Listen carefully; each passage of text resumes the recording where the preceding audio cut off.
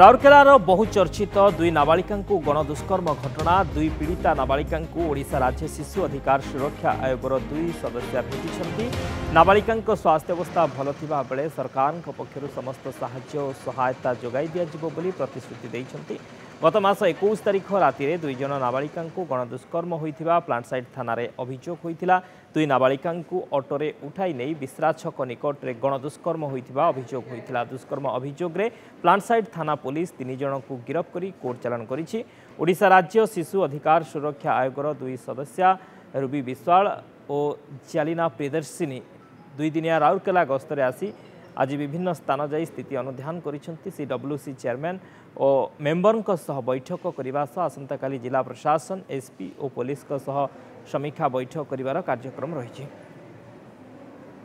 आम दुईटा member OCPCR आज आम राउरकेला विजिट रही। प्रथम आम वन सेंटर सखी सेंटर को आसलु विक्टिम मान सहित आम कथा जेहेतु यह गोटे सेंसिटिव मैटर अटे जहाँ आम डिस्क्लोज करने को चाहूनु कि करहबनी आईन ता बाटर काम कर ऑफिसर माने अच्छा आम आसलु से मेंटली फिजिकली से जहाँ व्यवस्था कराहब ताहा पिलामान को निमंते करा जिवो।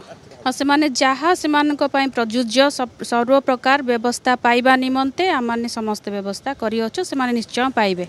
देखंतु आमे तांकर हेल्थ कॉन्शियस को लेके आग देखिलु जे तांकर हेल्थ ठीक अच्छी तेणु आमे जो प्रकार व्यवस्था हो पारिबो सरकार तरफ से प्रकार आमे करिया पई चेष्टा करिवो। ता पई अवेयरनेस कार्यक्रम होउची बहुत प्रकार किंतु सेगुड़ा तो सेंसिटिव मैटर सेगुड़ा सब डिस्क्लोज करी हबनी तेणु जहाँ सरकार अवदान रहिबो आमे जहाँ करि पारिबो सेमानक पई करिवो निश्चिंत।